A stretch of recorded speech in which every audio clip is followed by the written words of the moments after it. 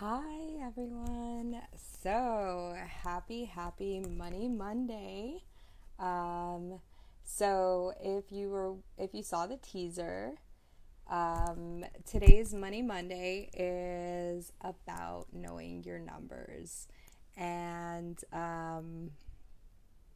find it so important in your personal life and in your business life to really it's something that will allow you to take control of your future and to really be the guiding force in your life and make empowered decisions. And we have a special guest tonight, and I can't wait to bring her on as well. I know that for me, knowing my numbers and being financially empowered has allowed me to be empowered in so many other aspects of my life. And one of the things that I know I tell my clients is you can't win a race when you don't know where the starting line is.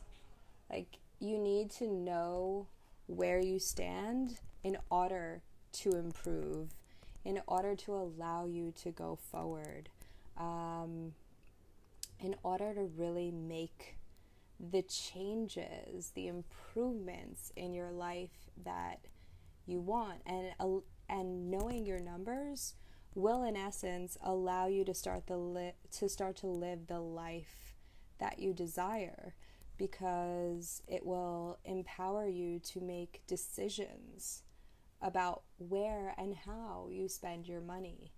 And I think for me, that's something that has always been super important, is to be very intentional with where I'm putting my money and to put it in things that are important to me. And I know Maya is going to talk about this a little bit also, what what happened to her when she started to budget and when she actually looked at where her money was going. It completely, for me, it changed the trajectory of my life.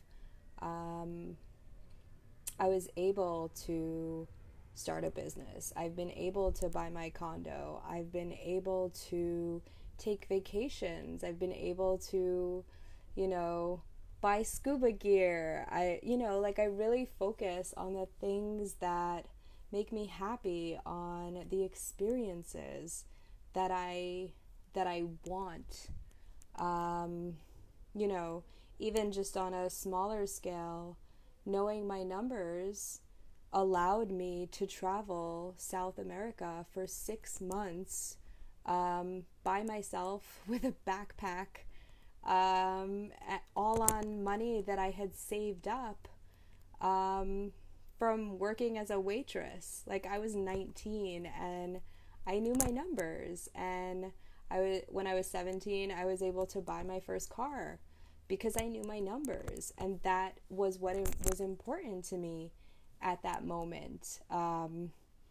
I was in high school, and my high school was it was like a 2 hour bus ride every morning, and it could have just been um, like a half an hour or 45-minute car ride. And so I saved and saved and saved, and bought my first car at 17 in cash because I knew how much I was making, and I knew how much I needed to save in order to buy a car right after I got my license. Um, so that's like on a really small scale, something that knowing my numbers did for me. And yay, I'm so excited. Maya's here. And yeah, so she's about to come on. She is an amazing woman, entrepreneur, just an all around badass. And And do you have do you have a headphones? headphones? Sorry, there's just Sorry, there's just a hear myself hear talk. myself. Okay. Sorry, I completely got the time like completely mixed up. In my head, I thought you meant 8:30 was 9:30 to me. So like, okay, cool, we'll have this amount of time. And then like, I don't think I got the time right at all. 1 second. Okay. Okay.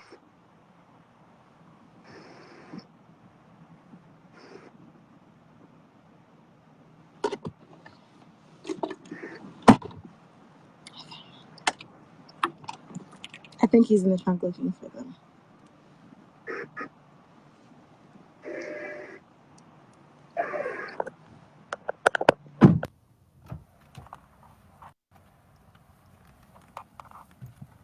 Hi.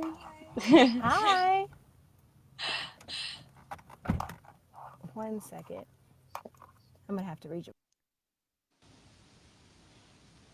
Okay, so while Mai is gonna rejoin us in a little bit, um, just getting it a little bit technically set up. We're in different time zones, so I hope this works. She's amazing, and I really am super excited for you to speak with her, to see her, to be able to ask her questions. She's got a kick-ass business going. Like just some of the things that we've been talking about. Like I'm in awe. She she really like is living her best life and doing it well, and I want you to hear her story of how knowing her numbers really helped her accomplish that. And not only that, like she's really badass in the fact that she has been helping her friends on their financial journeys to empower them to also live their best life. So super excited for her to join us, and tell her story. But in the meantime, I'll go back to like all the different things that knowing your numbers means. So in your personal life, maybe knowing your numbers could probably mean your budget, right? That's kind of something that's like the first step that you can take in really understanding your money, and understanding your reality. And knowing your numbers would be, let's take your bank statements, or let's take your credit card statements, and let's see where your money is actually going. Hi. Can you hear me better? Yes, much better. Okay. Awesome. So I'm so excited. I introduced you a little bit, but why don't you tell everybody who you are, what your business is? Um, So I'm Mai Baker. I have a string of businesses, main one being a branding and marketing firm called Mind Business Space and Branding. I also own a nonprofit called Mind Builders, and I help little girls and women start businesses. I have a swimsuit line, a smoking blend line, an arousal oil line, and I also do a bit of choreography and dance and make t-shirts. So I have a lot of businesses that I keep up with. And I like to travel. I travel about once a month, and I really believe in enjoying life, and that is who I am. that is amazing. And I was like hinting towards that. I didn't want to like let out your secret. Like that is amazing. When I heard that you travel once a month and that you've been helping like your friends realize that they could do that too just by knowing their numbers, like that is a story that I would love if you could share, and maybe also talk a little bit about what knowing your numbers has done for you in your life, in your business, and why you think it's so important. Because I know that you are really passionate about this too. Yeah, so I have a lot of friends that would always see me on Facebook or social media, and they're like, "Oh, I wish I could travel all the time," or I don't know how you do it, or you must be making a lot of money. And I honestly look at them like, I'm positive you make a lot more money than I do, especially the ones that have a corporate job or a salary job, and they know how much you're going to get every month. Because entrepreneurship, you don't know. You might have a really good month, and then you might have a really, really bad month, and then you might have a great month where a lot of stuff went wrong, so you even end up even. And when I would look at their money and their finances and what they were doing, I would see that they actually were spending a lot of money on like things they do not need at all. I'm one of those people that if I have to go and I'm eating, the same meal that I cooked every day, like green beans, chicken. I normally cook green beans, chicken, and potatoes. That's like my basic go-to cheat meal every day for 3 weeks. But I got to go to Panama for a week. You know what? I'm okay with that. I'm not eating ramen. I'm not starving. But that means that when you call me and ask me, can I go to Papacitos with you? No, I can't because that's $70. You know what $70 is? It's a round trip ticket on Spirit. So I was able to show my friends that, or when they want to buy things, they're like, that sounds like, parasailing. If you want to do something for what? Or if they want an event for me to go to, and sometimes it's like a brunch for like $80. I'm like, $80? That sounds like a hotel stay for 3 days in some foreign country. So once I said like that and I was able to show them and they did it too, now they think like me as well. Once they've experienced it, they're like, I'd much rather go on a trip than go spend $80 at this club or spend $300 on a bottle or something. So Yeah. And I like what you did because you basically gave yourself these goals and tied it to like an experience, right? Like, I don't want to exactly, spend money on this because that's not really what's important to me. What's important to me is like, I want to go on vacation every single month. And like, that's the life that exactly, I want to live. And you took steps to create the life that you wanted. So it was about really definitely. getting specific about what was important to you. Definitely. And it might not be travel because some people are like, well, I don't care about traveling. And you might not. I have a friend that he really, really, really loves food. Like, and I have a brother, he really loves food too. And mind you, at one time my brother sent me a receipt, like a picture receipt, and the receipt honestly said $1,400. And I was just like, I cannot fathom spending that on food. But food is important to him. He's been cooking since we were really little. He watched chef shows since before Chopped and all that was cool. And to him, I understood that that meant he saved or he worked up or he did whatever he could to have this dining experience that he learned about he really wanted to experience. And that is completely fine. So it might not even be travel. Whatever is important to you. I'm sure that he didn't just do whatever he wanted and was able to spend $1,400 on one meal.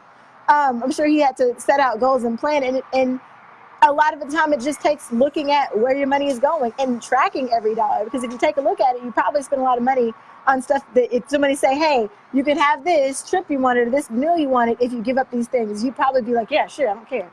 Yeah, and a lot of the times you don't have to give up the thing. You just have to do a little less of it. Hmm. Like Yeah, yeah. I had I had a client that like loved going out for tea. And I remember talking to her and I'm like, "Okay, so you love tea. That's great." And she was like, "Yeah, but you know what? This is what's really important to me. And so I'm just going to go out a little bit less for tea and I'm going to have tea at home." Or As like, or you can even go to the park with your tea. And now they have those thermoses that they can keep tea hot for like 8 hours. So make you some tea at home, and you can get a better variety and probably make it the way you want it. Put it in a thermos, bring your fancy teacups, and go to the koi pond or yeah, something. yeah, and make It it doesn't have to be a downgrade experience. It can still be a very nice experience. yeah. And that's I think to everyone watching like make sure that when you do these things that they don't feel like depriving you. Because when you start to feel deprived, that's when like you overcompensate by like trying to make it trying to do more or spend more because you feel like you've been deprived for so long. Like, It's no, just like dieting. yeah, like make sure that it's fun. Make sure that you're celebrating. Make sure that you always keep like these goals in the forefront of your mind because that's really where the key is, right? Notice I said I didn't say I was eating ramen for 3 weeks. I didn't say I was like sleeping on the floor for 3 weeks. I said I was eating at home the meals I cooked for 3 weeks, which is my food is really good. I cook great. So it's not a downgrade. And majority of the time, my food is better than a restaurant anyway. Like I refuse to get steaks places because my steaks are better. I don't downgrade myself. I just tell myself, okay, when friends ask me if I want to go out, if it's not free or I can't like maybe get a $3 drink, I'm not going. I'm not going to a place that's I'm going to have to spend $40, $50 because I have food at home. Or I might still come, but I might just eat at home and then I might have, a dessert or something. That way I'm still experiencing these with my family and friends. I'm not just keeping myself away, but I'm not going to spend the money, but I'm not also going to downgrade. And a lot of times we forget that just with a little bit more inconvenience, you can have a really nice experience at your house. Yeah, you definitely can. And I want to talk a little bit about how also it impacted your business. just being able to know your numbers, and how you did that and what that meant for you. Definitely. Like I was telling you earlier, I absolutely despise knowing my numbers.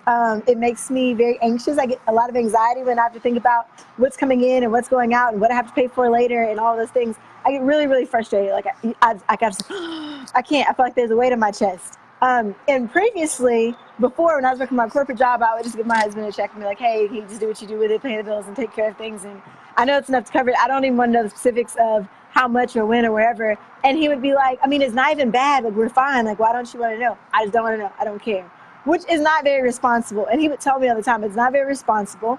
And I don't know how you're tracking anything. And it really gives me, he feels like if something were to happen to him, I wouldn't be able to take care of myself. Not because I'm just irresponsible, but more so I don't know anything, you know? And once I started my first business, I had to take control of the numbers because I can't just give him all the money I bring in or the income that clients pay me and say, here, babe, go pay off the bills. He doesn't know what the bills are. He doesn't know how much money came in. He doesn't know anything. I'm the only one that knows it. And even if he were to know it, he would only know it if I told him. So I'd still have to know the numbers or my business was not going to last very long. And so going for that mind state of, here, just take all my money and do whatever you need to do with it. Tell me how much I can spend. Tell me how much I can't. I went into the mode of, okay, let me do the math myself. Let me configure. If I, want to bring on a new person or hire somebody, am I bringing it up in consistently? Am I putting up something to the side? How much are taxes? If I want to in the future, I'm always trying to get new equipment to make my job easier, or new software. So if I want to get, for instance, I have a t-shirt company and I have a certain t-shirt press. I'd like a bigger t-shirt press when they can do like 5X and all of that because I live in Texas. It's a lot of bigger people. And that would be easier for me to put things on the shirts if I had a bigger one, a different heat press and packaging and stuff. But if I don't know how much money is bringing in, or I don't even know what my return on my investments are for the things that I buy, is it going to make enough money for me to even warrant buying this machine? Do I have enough of those shirts to even make it a difference? Is it going to bring me in more income? If I don't know those things, I just go spend or I don't spend, I lose a lot of money. So one of the first two things I tell you, the stories that I've had about not knowing my numbers and losing a lot of money. The first one I lost $500, which now seems like nothing to me to lose, which is really crazy and sad a little bit. But I lost $500 because I misspelled the name on one of my clients' labels. And she didn't catch it and I didn't catch it. And I felt obligated to, reorder them for her. And it was $500 of labels. And I did not have a very good grip on when things came out of my account and how much money should be expected when. So my cash flow was all off. And I basically dominoed myself by taking that $500. I'm like, oh, I have that here. Not remembering that the next week I had rent for my office due. I had to pay people. I had other things coming out. And not also understanding that for the most part, people don't pay you on time. And I had a couple of things coming up like, oh, I know I'm getting this money in. Not even thinking that they're going to be a couple of days later or a week or two late. And so it just caused a lot of turmoil for a while that I had to go on my personal money, and I was just running my business off of personal money for quite some time. Had I known ahead of time, hey, I messed up these labels, do I have the time to put this money back if I use it? Is there an alternative way? Should I hold off? Can I, go take money out here, or could I do some extra work or something? Had I known that ahead of time, it would have saved me a lot of headache. And then in a more positive way, I was able to understand that by knowing my numbers, that actually hiring people, I'd make more money than I would by not. And I learned that when I looked at how much money I bill hourly for myself versus how much other people cost me to get something done versus how much people were paying me for my services. And once I did the math on that, I realized that I needed to be in more of a consulting role. I need to be doing more things that no one else can do. I don't need to be making labels or cutting out things or pasting shirts or anything like that. I can pay somebody $10 an hour to press these shirts, which don't take much work. You could hire a teenager. And then I could be going and doing my consulting, and I charge $75 an hour. So if I'm making $75 an hour, I can easily take this $10 an hour that I would have been doing making shirts and pay this person, still get $65 an hour. And then now I'm making money and I've gotten more things done. I've actually brought in more money because the person that's making the shirts, those shirts are paid for. So that is also money being brought in. And beforehand, before I knew what my numbers were, I kind of be like, oh, it sounds like it's an okay thing. But in reality, I was losing a lot of money. And that's some things you might not even see ahead of time, how much money you're losing if you don't know where your numbers are. Yeah. So like what I'm hearing is that it allowed you to like make informed decisions in your business, like real tough Definitely. decisions, and not have to like there's some piece of instinct in running a business, but you don't want to rely solely on like an idea or instinct. Like there's a reason that people test the market. There's a reason that people say that you should know your numbers. It's so that like a $500 something doesn't snowball into a month's worth of drama or like Exactly. problems. Yeah. I think that's a really, really great story. And also learning, like that was something that was really hard for me in my business. Um, because I also started as a solo entrepreneur, and to start to delegate and to hire people and to realize that I shouldn't be doing every single little thing in my business because every little thing doesn't make me money. Like my time is worth more. My time is more valuable. I should be using it efficiently. And I shouldn't be the person that's like, I don't know, sitting there and doing the actual printing of checks, or like the person putting stickers on all my shark pens. Like that's not Definitely. an efficient use of Yeah. my time. Like I could get an Even though it's really intern. hard, because like, but I can Yeah. do it. It's like you can do it, but you could be making more money doing something else and then paying somebody else a portion of that money to do that. I know, and it's actually kind of funny because recently I had so now I have a couple of employees, and like I feel like especially the newer employees didn't see what the first employee saw, right? Like the first employee saw like I did everything and I taught them And probably no every systems. Yes. yeah, like it was all in my head and I just like did everything and then I taught her, and then as I added employees, they were like, "So how do you know all this stuff?" I was like, "Because I used to sit there and do it. Like this is not like I wasn't like born into like owning like a bigger business. I wasn't born into like just being, the boss. Like Yep, I you have to really start off doing it. At some point, somebody had to be the one to have done it to even yeah. know that it worked. I have a mentor that she is the prime example of that. She's my favorite number one mentor. Her name is Roxelle Richards. I'll tell everybody about her. She's an attorney. And when I started with her, it was just me and her in this basically almost one room, like office that kind of had like a little lobby, but not really. And it was just us, and we did everything. Like when I say everything, everything. I could tell you how to file stuff. I can tell you how to mail stuff. I can tell you where to find it. I can tell you how to call somebody for it. All kind of stuff, like everything, everything. And now she has like 15 employees. They all have their own little office and their own little room and their own little like standard order procedure. And I'm like, y'all understand, man, I did all y'all's job at one desk by myself, and I didn't even have a door. I just had a ish, you know. And but by doing that, and that's exactly what she did. She took everything that she did, and we eventually made an employee handbook. And she would take whatever step it was. If it was how to properly mail something, a subpoena off, she would write down every little thing she did, everything you could think of, from go and get this green paper from the post office, put the sticker on the left side, make sure you write this down, put it here, check for this, everything. And she started to make an employee handbook, and over time the whole thing was built. And so now every part of the things that she does is already put there. And that's also kind of what I ended up doing myself in order to be able to hire people. So yeah, I completely get it. You have to.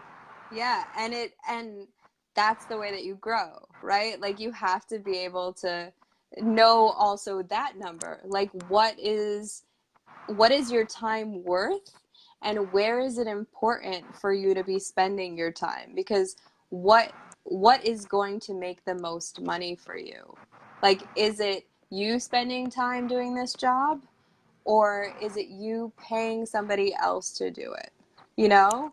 And I think that's super important, especially for business owners to understand, because a lot of time in a business, you get stuck in this idea of either like, I can do it so quickly, so I'm just going to do it, and you know, I'll just take care of it myself because I'm the only one who could do it right, right?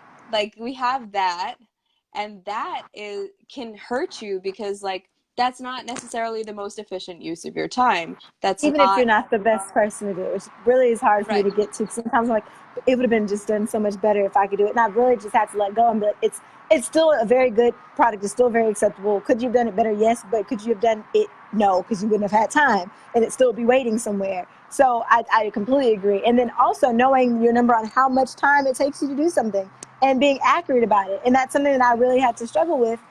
Because I would think, oh, this probably takes me 4 hours, and I charge 75 an hour, so times 4, that's $300. Okay, cool, $300. Not quote somebody, and then I'd be bogged down and being very stressed out. But it's taking way longer than I thought it would take, and now I don't feel like I'm being valued as much. But I'm the one that gave the price because I underestimated how long it would take, and over time, that really wears on you. And so what I started doing, there's a program called My Time or my Clock. It's called My Clock, and you can get like a trial for a month for free. And every time I would do anything, I would log it. So if I started a website, I would log it, and then every time I go back to work on it, I would log again. And over time, I saw that something that I thought took 5 hours took 17 hours. That makes a huge difference if I'm charging, 70, let's say 100, because my math is bad. If I'm charging $100 and I say 5 hours, $500, that's a lot different than $1,700. That's a huge difference. And my time. So now when I'm working on this for 3 weeks, I've passed the time I thought I'd be working on it. I'm like, I feel like this was definitely worth more than 500. I'm correct. It was, but I didn't know my number to begin with to know how much, it cost me or how long it would take me. That's also an important number to understand. Yeah, that's huge. That's something that I started doing in my business as well, because especially when you have employees, like a lot of times, like I knew how long it took me to do a task, but I don't necessarily know how long it takes them to do a task. And I was basing Mm-hmm. my numbers on like me, who I've been doing this for like 10 years, 15 years. Like I started working with QuickBooks when I was like, I don't even want to say, like, I don't know, 16. So, like, it's been a long time. And so I can do things pretty efficiently. But that's not the same for everyone else on my team. And so what I started doing is, I don't know if you've heard of it, I use T-sheets. And I created for for each task or for each job, they can track the time that it takes them to do things. So I understand, like, okay, I'm charging this client this much. How much time is spent for each of my employees on that client's Mm-hmm. work? And what does that client actually cost me per month? So Mm-hmm. what is my profit margin on each client? Because Definitely. that's something that's important for me in my business, because if I want to continue to grow, like I need to make sure I'm making a profit on every single Exactly. And client. definitely charging how much it's going to cost you versus, Exactly. like, exactly. Because to me, I'll be like, yeah, for instance, business plans. We did lots of business plans in the beginning because we worked with a lot of smaller companies. And to me, I can write the business plan. Once I've sat down and done the whole skill with them in 2, 3 hours, I can go back and take those notes and put it into a nice business plan format in maybe an hour and a half. Not understanding that the copywriters that I get take maybe 4 or 5 hours. And that in part has to do with the fact that they have degrees in creative writing and they care a lot more about the way things are written than I do. And they want to go back and revise and revise and revise. And I'm sure their work is way better than mine. So when I'm quoting somebody a certain amount, but I pay the copywriters a certain amount an hour, and the hours don't match up, you can find yourself in a hole very quickly. Yeah. Yeah, no, it's huge. I also want to kind of ask anyone who's watching this, like, what experiences have you had? I'd love for you to share with us. If you have any questions, please do not forget that we are here to talk to you. We want to know. We want to answer questions. So comment, even if you're watching on the replay, like feel free to leave a question and I will make sure to answer it. And also tell me like what numbers do you think is important for you to know? Because we're going to talk about some that were important for us in our business and in our lives, but I'm sure there are numbers that you guys need to know or that you guys want to know and would love to figure out how to know them. So that's also something you can bring to this. Yeah, that's kind of like a little reminder, like we're here. I want to talk to you. I want to help you out. So going back, I also want to talk about some other numbers that were super important for me to learn in in my business, which was really understanding how each employee kind of affected my revenue. And I think you touched on it a little bit. So like actually figuring out the cost of things and factoring in all of the different aspects of it. So that was super important for me as I grew because I needed to be able to get more work done, get it done efficiently, add employees so that I could handle more work, but I still needed to make sure that I was profitable. And that was another number that was super important to me. Is there anything else in your business or in your life that you feel like was super I important? feel in my business not so much. It wasn't as difficult because it's something that's is riding on me, and that's how I pay my bills. So I was a lot more attentive to it very early on, and then I hired somebody else who's a lot more attentive than I am to keep track of things and keep up with things, and also stay on me because especially in the beginning I was everywhere, and she'd be like, "Hey, this hasn't gotten done. Hey, this hasn't gotten done 8,000 times. Hey, this hasn't gotten done. Hi, Terrence Smith." Um, and once she helped with that, it really got me moving. But as far as my personal life, it was still very difficult for me because I'm not gonna let my business suffer, but I don't mind suffering a little bit. I'm like, yeah, you know what? I'll accept that consequence. You know how when you learn when you're a kid, and your parents are like, if you do this, no dessert, and you're like, I'm fine with that. I'd rather do this, and I'll give up the dessert. That's how I'm on my personal life, and so really the numbers on understanding saving, like not thinking about just now and thinking about the things I have to pay for in the future, ongoing, that is going to keep coming back. So, for instance, I would do things like go on a trip and spend almost all of my spending money completely and be like, oh, that's fine because more money will come in, and more money did come in. But when I was younger, before with the traveling, I would work my job and I would make like maybe $10,000 in a month, and I have no clue what happened to that money because I was, you're young. You're like, oh, more money will come and more money always came. But imagine what I would have done if I just took a little bit of that money and put it somewhere else and did something with it or invested it or just saved it or something. I'd have a bunch of money right now. That money, I have no clue where that money went.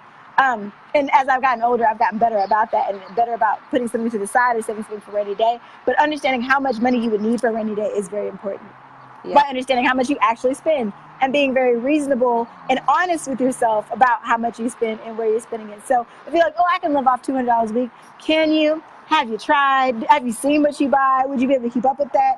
And a lot of it are things that are not even things you can take away. So for instance, I am legally blind. I don't drive. I Uber everywhere. That's not really something I can take away. Technically, could I get on the bus? Technically. And it's not even so much though I just don't want to be on the bus. It's that time thing. The bus takes up a lot of time for no reason. Like you could be on a bus for like 4 hours somewhere that might take you 30 minutes. So it's just not feasible for me. So when I'm thinking about my budget and what I can live off of every, week, I have to factor in that I have to use Uber. That's going to cost me at least $150 a week off bat. I have to eat.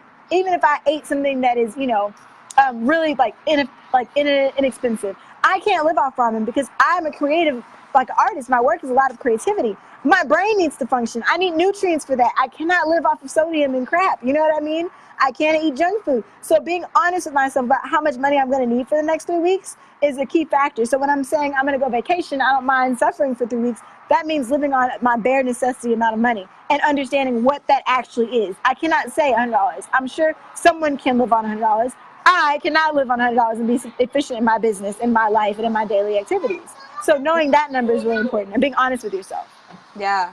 I think that's I think that's the key with so much that has to do with money is like really like being honest about it and letting it all out and like allowing yourself that room to be open and live in your reality. Like what is your reality? What is important to you? Um, Definitely. that's the key, I think, when it comes to this.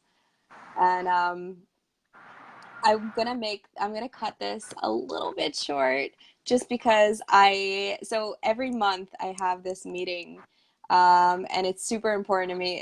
I'm currently in a separate room, but right now is happening the Ladies of Business Rockaway Beach, which Oh, that sounds fun. yeah, we're a group of like badass female business owners in Rockaway where I live, and we get together the first Monday of every month and talk and support each other and network and learn and Awesome. yeah, so they're all like waiting in the other room. Go ahead, enjoy yourself. One day when I come to Rockport, I'll Yes, have to join you. I'll make sure I pick it first Monday.